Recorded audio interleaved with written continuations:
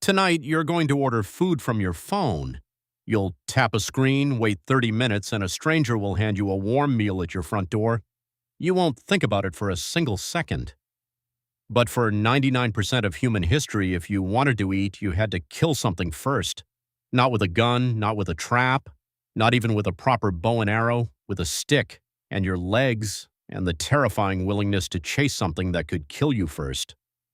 For over 300,000 years, every single one of your ancestors played the same game. Win, and the tribe eats, lose, and something eats you, and the way they won changes everything you think you know about the human body. Let's start with the problem, because the problem is embarrassing. Compared to almost every animal a human wanted to hunt, humans are pathetic.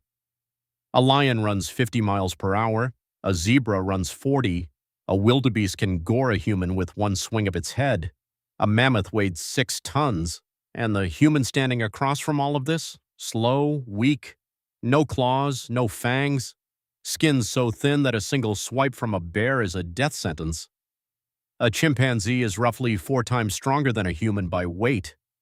A gorilla could tear a person apart without trying. Even a deer can kick hard enough to crack a human skull. So, how did we survive? How did we not just survive, but become the most successful hunters in the history of this planet?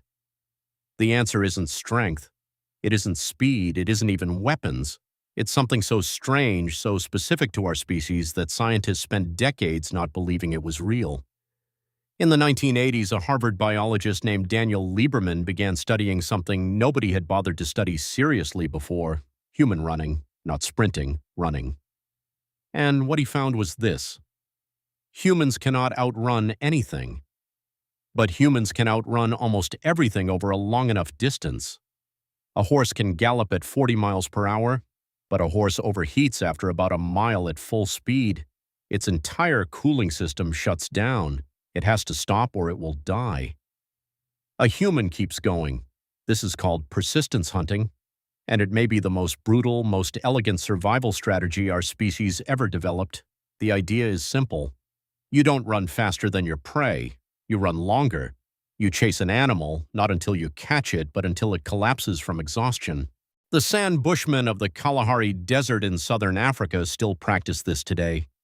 A hunter picks an animal, usually a kudu or a gemsbok, and simply starts following it. The animal runs away easily at first, but the hunter never stops. He follows its tracks for hours. Through midday heat that can reach 40 degrees Celsius, across terrain with no shade, no water, no rest. The animal rests periodically because that's what animals do. The human never stops because that's what humans do. After 4, 5, sometimes 6 hours, the animal can no longer regulate its body temperature. Its muscles lock up, it stumbles, it falls, and the hunter walks up to it calmly, looks it in the eye, and finishes what he started.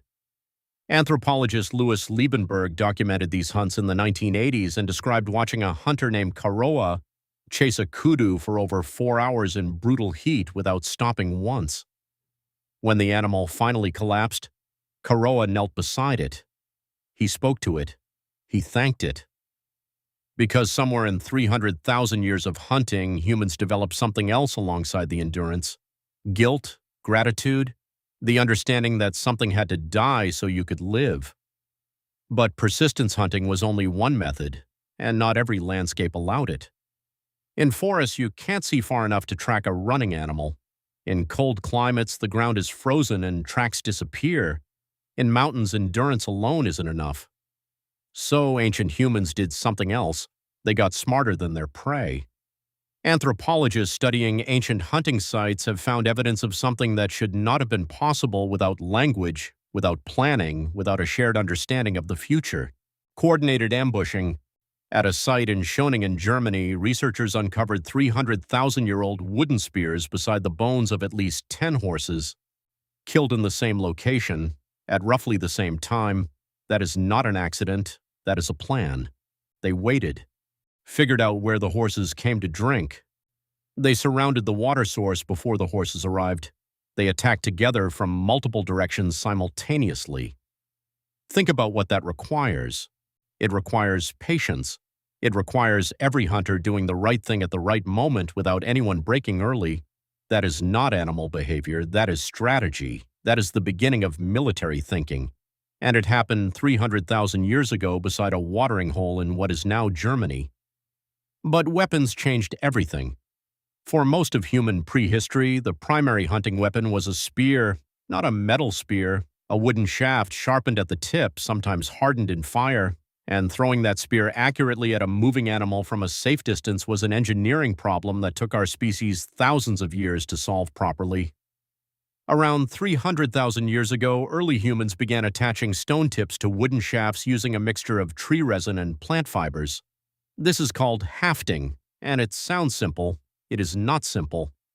Hafting requires finding the right stone, shaping it precisely, finding the right tree resin, heating it to exactly the right temperature, binding it tightly enough that it holds on impact but doesn't shatter the shaft.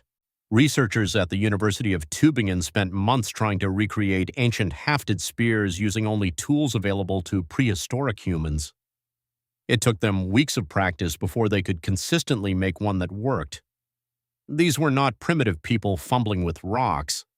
These were engineers solving a physics problem with their hands.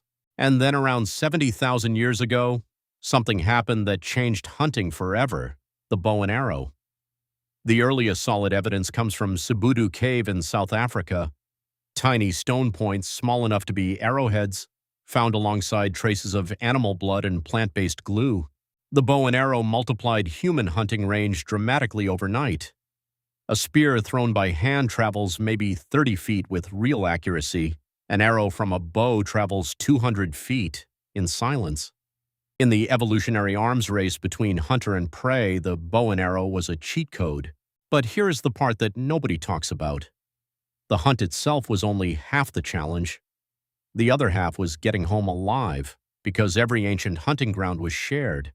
Not with other humans, with things that hunted humans. A group of early humans tracking a mammoth across the African savanna was simultaneously being tracked. Leopards follow the smell of blood. Hyenas follow the sound of a kill. Lions follow hyenas. In East Africa today, researchers studying Hadza hunter-gatherers found that roughly 25% of all hunts resulted in the hunter encountering a large predator at or near the kill site. This is why ancient humans almost never hunted alone. The data from every hunter-gatherer group studied shows the same pattern: hunting parties, usually 4 to 8 men, moving together, watching different directions simultaneously, communicating in near silence. A lone human is prey. A group of humans with spears is dangerous. The difference between those two things is cooperation, and cooperation required trust, and trust required something ancient humans built over lifetimes of hunting together: reputation. In hunter-gatherer bands, the best hunters were not the strongest men, they were the most reliable men. The ones who shared meat after a kill, the ones who didn't panic when a lion appeared at the carcass, the ones who came back.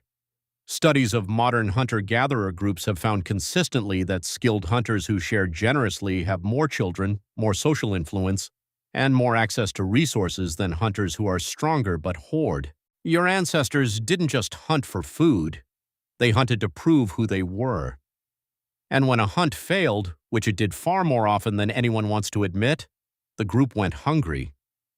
Researchers studying modern Hadza hunters found that hunts fail roughly 97% of the time.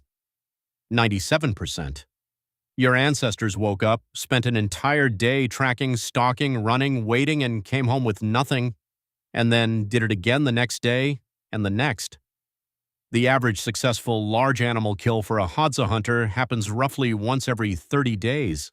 Everything in between was roots, berries, insects, whatever the women had gathered while the men were gone.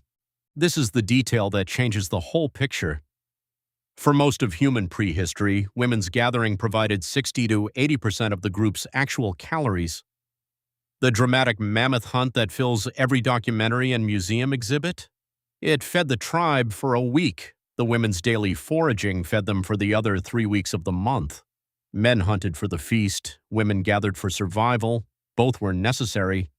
Neither was more important. And ancient humans knew it. And somewhere nearby, the hunters who had fed them, who had gone out into the cold with wooden spears and come back with something, were still sleeping, still planning, still keeping the group alive one kill at a time. For 300,000 years, that was the deal. You went out, you faced things that wanted to kill you, you came back with something, or you didn't come back.